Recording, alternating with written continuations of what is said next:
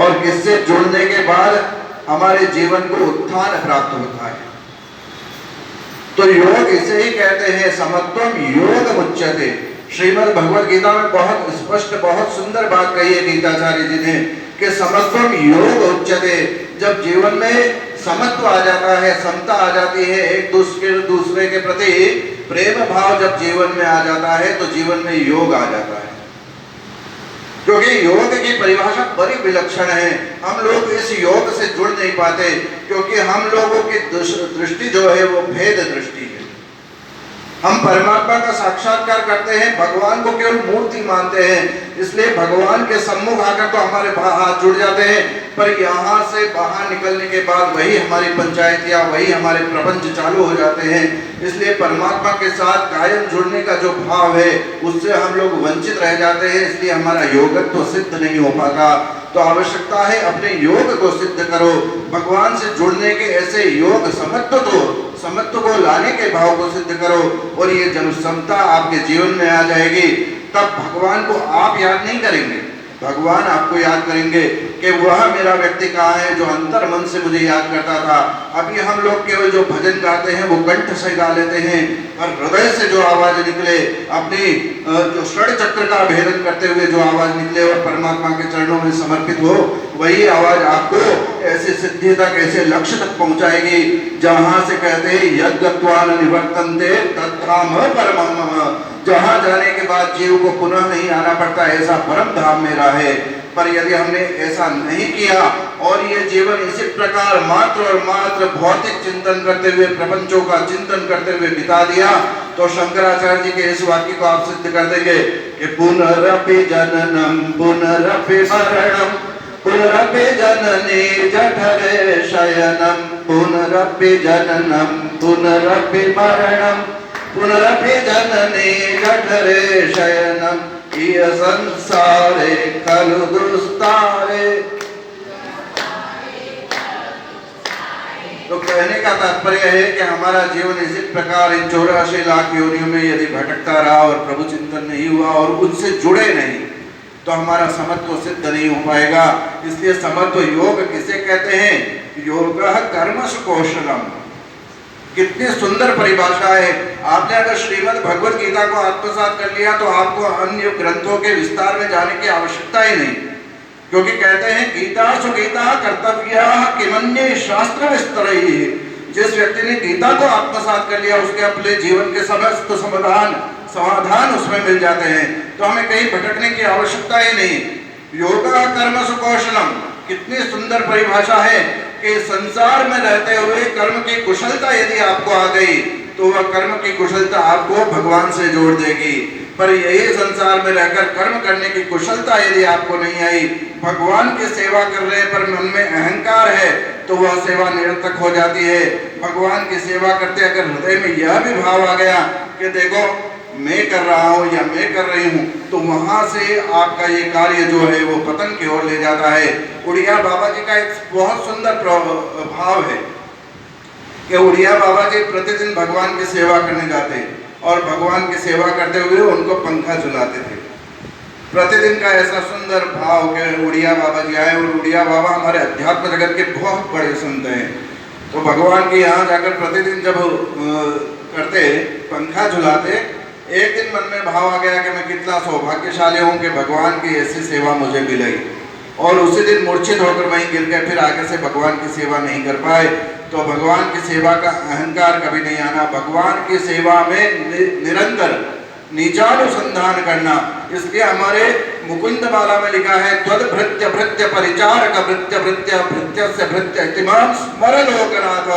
हे भगवान, मैं तो आपके नौकर के नौकर के नौकर के नौकर का नौकर हूँ, अगर इतना तुच्छ समझकर भी आप मेरे ऊपर दृष्टि कर लेंगे तो मेरा उद्धार हो जाएगा।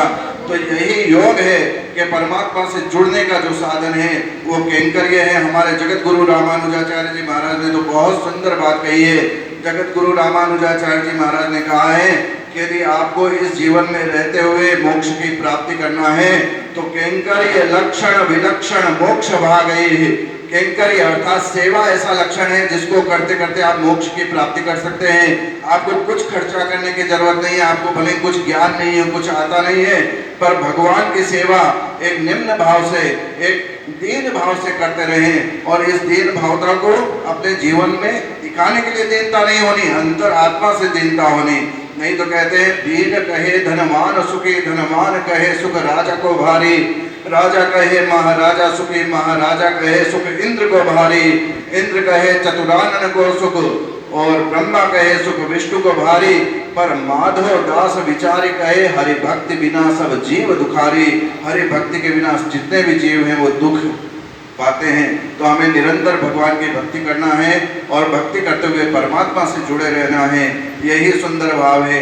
आज जीवन के 39 वसंत पूरे हुए, जीवन के 39 वसंत हमारे पूरे हुए और 40वें वसंत में प्रवेश करने जा रहे हैं। आप सभी लोगों की शुभकामना है। इन वर्षों में 2001 में यहाँ आया था और आज 2019 से 19 वर्ष हो गए और उनमें आप लोगों के साथ कई आत्मीय संबंध जुड़े हैं। अब ये भक्त की टोली कम और परिवार की टोली ज़्यादा लगती है, ऐसा लगता है कि हमारा परिवार है। इसलिए बाहर वाला कोई व्यक्ति आ जाता है तो हमको हेजिटेट फील होता है, संकोच फील होता है कि ये क्या कहेगा, कि ये लोग कैसे हैं, एकदम गुरुजी के नज़दीक जा रहे हैं, ऐसे भाव आ जाते हैं। क्योंकि नया व्यक्ति देखेगा तो वो यही विचार करेगा, क्योंकि एक मर्यादा होती है। पर आप लोग इतने आत्मीय हो गए हैं एक परिवारजन के सदृश के आपके लिए अब कोई मर्यादा रहती नहीं। भगवान के सम्मुख जब पुजारी सेवा करता रहता है ना, तो पुजारी भगवान के साथ इतना आत्मीय हो जाता है कि भगवान की धोती निकाल कर भगवान को पहनाता है तो भी भगवान को आनंद मिलता है। भगवान को उसमें लज्जा का अनुभव नहीं होता, क्योंकि आत्मीय भाव स्थापित हो जाता है। इसी प्रकार जब हमारे जीवन में आत्मीय भाव आ जाता है, उसके बाद मर्यादाएं जो होती है वो तुच्छ हो जाती है। और ऐसे सुंदर भाव आपने जब परमात्मा के साथ स्थापित कर लिए तो भगवान के चेहरे को, भगवान के स्वरूप को देखकर आपके मन में विचार आएगा, आज भगवान उदासीन दिख रहे हैं, आज भगवान प्रसन्न दिख रहे हैं, आज भगवान ये शिकायत कर रहे हैं कि इतने दिनों से क्यों नहीं आया।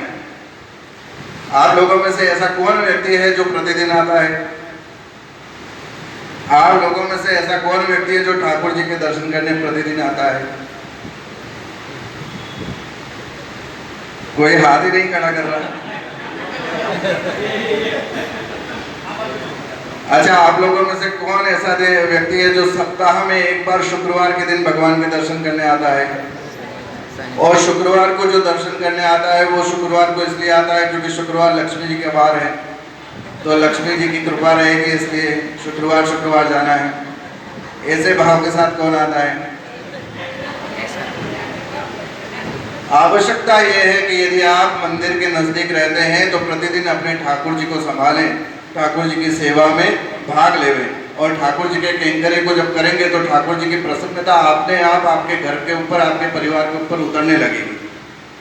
फिर आपको किसी को कहने की आवश्यकता नहीं कि मुझे ये तकलीफ है, मुझे ये है, क्योंकि ठाकुर जी स्वयं संभालते हैं। फिर क्योंकि जो व्यक्ति ठाकुर जी की सेवा कर रहा है तो ठाकुर जी भी उसका पानी भरने के लिए हमेशा तैयार खड़े रहते हैं।